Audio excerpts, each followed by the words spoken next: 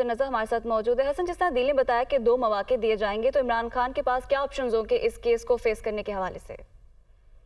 देखिए, जो केस बनाया है, लग यही रहा है कि इमरान खान खुद तो पेश नहीं होंगे और बल्कि ये अपनी वकला टीम से कहेंगे कि वो जाएं और जवाब जमा करवाएं, और उसके बाद फिर दोबारा जो है वो मौका दिया जाएगा। इमरान खान ने जो इस हवाले से 7 सितंबर को अगर देखा जाए तो तोशाखाना रेफरेंस में इलेक्शन कमीशन में अपना तहरीरी जवाब जमा करवाया था।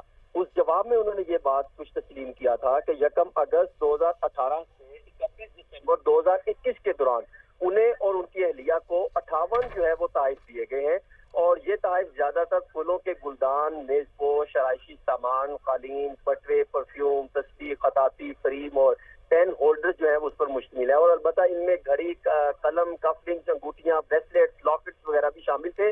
और इमरान खान ने तहरीरी जवाब में ये भी बताया था कि इन सब तहफ़ में सिर्फ 14 चीजें ऐसी थी जिनकी मालियत 30,000 रुपए से जायद थी, जिसे उन्होंने बाकायदा तरीकाकार के तहत रकम की अदायगी के बाद खरीदा है।